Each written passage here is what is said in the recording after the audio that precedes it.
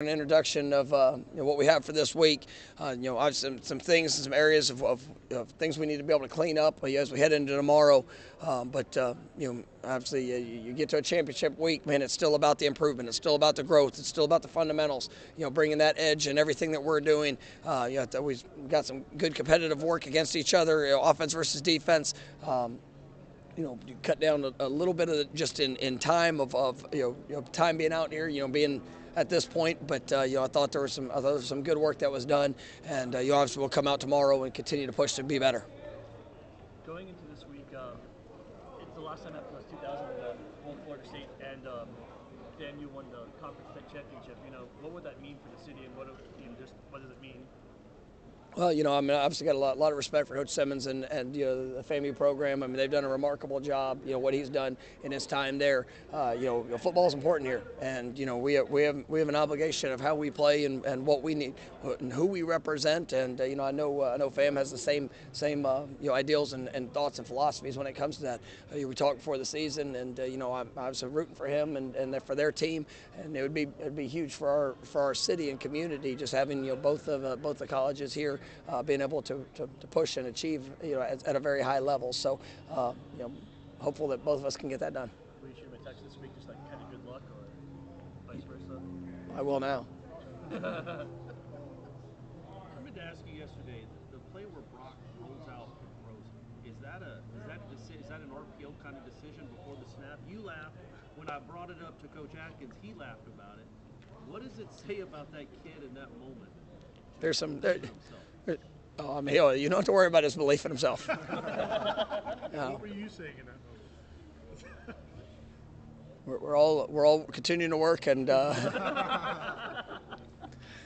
was good. It was. I'll say that. That was a great moment for him to be able to go in and have to execute. He saw what he saw, and there's opportunities to grow, and it wasn't I wasn't mad about the decision first, especially with the response of what he said, situation, all those other things that come into it. But he puts a lot of time in study. He's a really smart, very confident, but his approach and his humility to work is something I just love about him. And it's going to be a fun one to watch grow, and he'll be ready if his number's called. Was it open? It was getting there, yes. Okay, all right. Quindarius Jones had a really good practice today. Did a couple of PBUs. What have you seen the growth of him? Q's done a great job throughout this year. He's somebody that you got to remember. A year ago, he was in high school playing mostly receiver. He's a versatile athlete. Just so many good things. A guy that we offered, he'd come to camp. We'd seen, liked his film. He came to camp, and I really was just so impressed with, the work, the ability. And he's continued to grow. Being here in the spring, really put him on the fast track to a guy that we thought would have a chance to play, and he's gotten better throughout the fall. And so, I think that's showing up. It's still technique and fundamentals, the consistency with that, but he's going to have a bright future here. Well, it's kind of a weird question, but why is it important to you for the players to always have matching suits on the road? I just think it's presentation matters, and it's when you take time to go get ready, and on game day, we wear suits. At home, we wear a suit and a tie because we get to walk through to be able to do our legacy walk. In football, there's so many times that you don't get a sense of who the player is. When they step on the field, they put on a helmet. You don't get the face-to-face recognition. And so, during the legacy walk, I want to present our guys, the way that they should be presented. They're first class individuals, first class young men. And when you see them and they got the suit and the shirt, the tie on the road, we wear polos, because obviously we're just going straight to the stadium. But it's also the right, wrong, or indifferent. It's just you take a few extra minutes to get ready. And when you do that, I've always, whenever you dress up to go to something, it just signifying the importance of the event. And you get so few in college football. I want them to get it all. Talent and execution help win games, but your experience coaching in these conference championship games, as a coach, do you feel like you have kind of more impact on a game plan and the way they play out? Yeah, I mean we all do. I mean everything gets ramped up as you get into the postseason.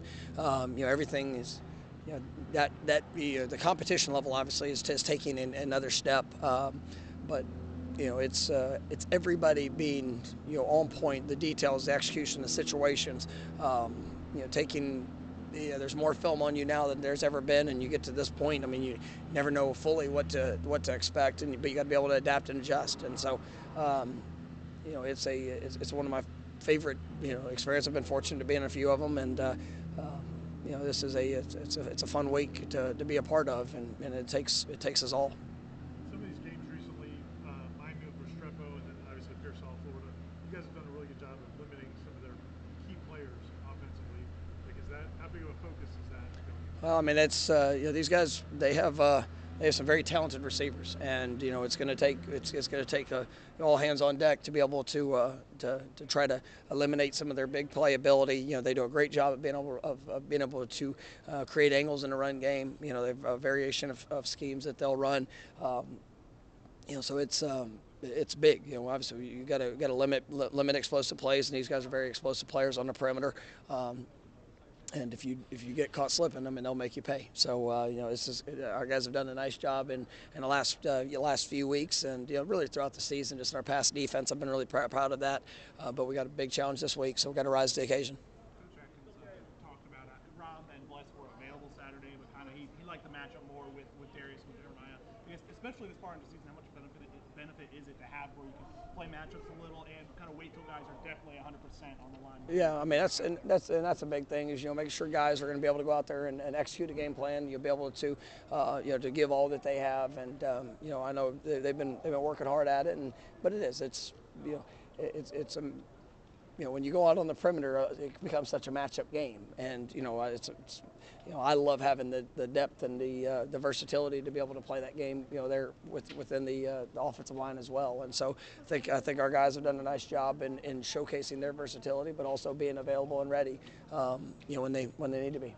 How challenging is it to balance this time of year? Signing days approaching, portals about to open. Extremely challenging, and that's where it's. Somebody asked me yesterday. They said, "What's the difference in just in college football and you play in a championship game?" One of the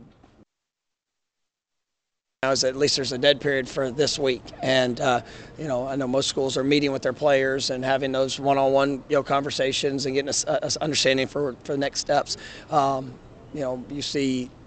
With the early signing date, I mean, it is every minute matters, and so we try to be as efficient and organized as possible to make sure that we're getting a good balance. But when it comes to evaluations of players that might be available, or just the constant communication with the guys we are recruiting, preparing a game plan, this week for the championship game. I mean, it's a lot, but I'm grateful to be in that to be in that position, and for the opportunity. But you gotta be very organized, and we take a lot of pride in trying to be efficient with that.